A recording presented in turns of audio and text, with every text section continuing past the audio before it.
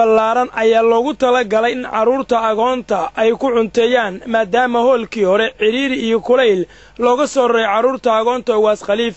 hoolkan cusub iyo goobta darjiinooyin ah ayaa iyaga ay ku baxday lacag aad u fara badan sida uu ku warbixiyay Xaaji Cusmaan Dhagaxo oo isaga ka mid ah guddiga gacanta ku haya caruurta agoonta Ugaas Khaliif ee magaalada Beledweyne. halkan aan sugu nimid waxaad arkaysaan inay tahay xarunta agoonta Ugaas Khaliif ee Beledweyne. halkan oo ay ku xareysan tahay hadda ay fadhiyaan caruurta agoonta ku xareysan yihiin 114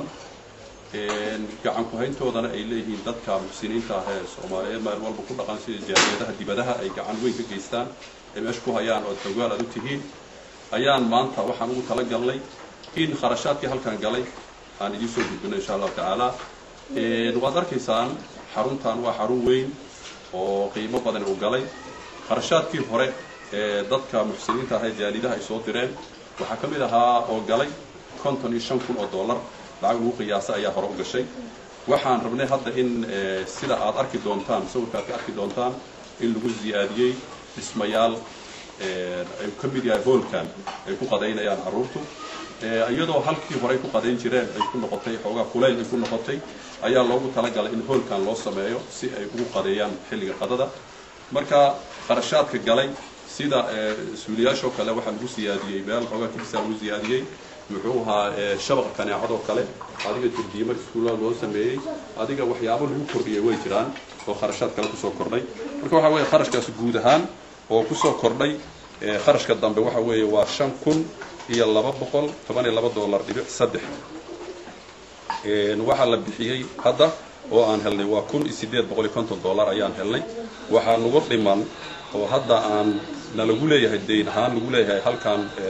qarashaadka dambe galay $3,362.3 waxaan ku celinayaa waa $3,362.3 ayaa lagu leeyahay deyn hadda lagu leeyahay xaruntan agoonta. waxa noo dhiman hadda aan rajadeena ay tahay noo dhiman tahay waxa weeye iskuulka oo noqday 4 qol oo doonaya in lagu ziyaadiyo 1 qol masaajid ay ku tukadaan caruurtu in lagu afan waxa weeye waa 3 qol iskuulka qol afraad in lagu ziyaadiyo ayaan jecel lahay.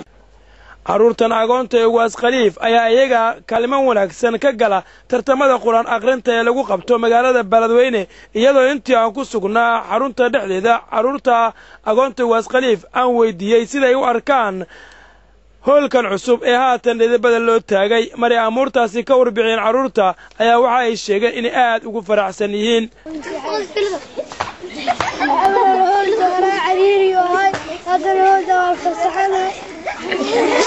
فرحسنا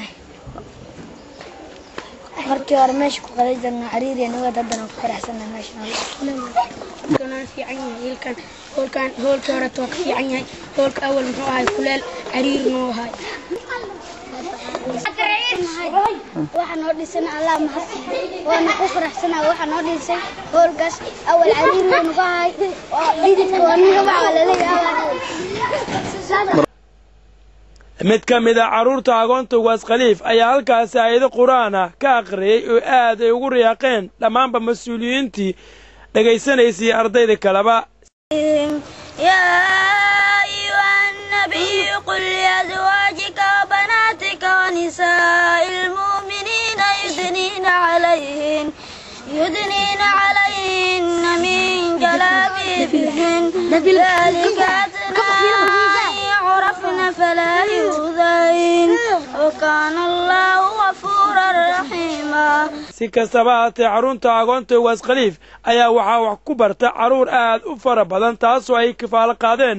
jaalida reer Hiiraan ee ku dhaqan dalka dibadiisa iyadoo caruurta bilicdooda ay tahay mid wanaagsan ayna ku sheegayaan in mar waliba ay markaasi ku farxsan yihiin wanaaga ay markaasi ku haystaan xirada ama xarunta Ugaas Khaliif ay ku sugan yihiin. xaruntan Ugaas Khaliif ee magaalada Beledweyne xarunta gobolka Hiiraan ayaa waxay tahay xarun aad u baaxad leh oo ay ku jiraan caruur agoon ah waalidkooda geeriyooday kuwaas oo ay daryeel ka helay jaaliyadaha reer Hiiraan ee ku dhaqan dalka dibadiisa. sidaad arkaysaa caruurta ayaa muuqaalkooda u yahay mid aad u wanaagsan wajahooda ay ka muuqato farxad aan la soo koobi karin. caruurtan ayaa haatan hoolkan dhex taaganaya mid dhawaan dilbada loo taagay kaasoo ay ardaydu ay si weyn maanta ugu kifaaxayaan xilligaana goobtaasi kula kulmay qaar ka tirsan agoonta ayaa waxay ii sheegeen in markaasi daryeel aad u wanaagsan ay ka heleen xarunta agoonta ee ugaas khaliif ee magaalada beledweyne xarunta gobolka hiiraan taasoo ay baaxadda xarunta ay run ahaanti ay tahay mid markaasi caruurtu ay si weyn ugu riyaaqeen cismaan aadan calays TV-ga caalamiga Somali Channel beledweyne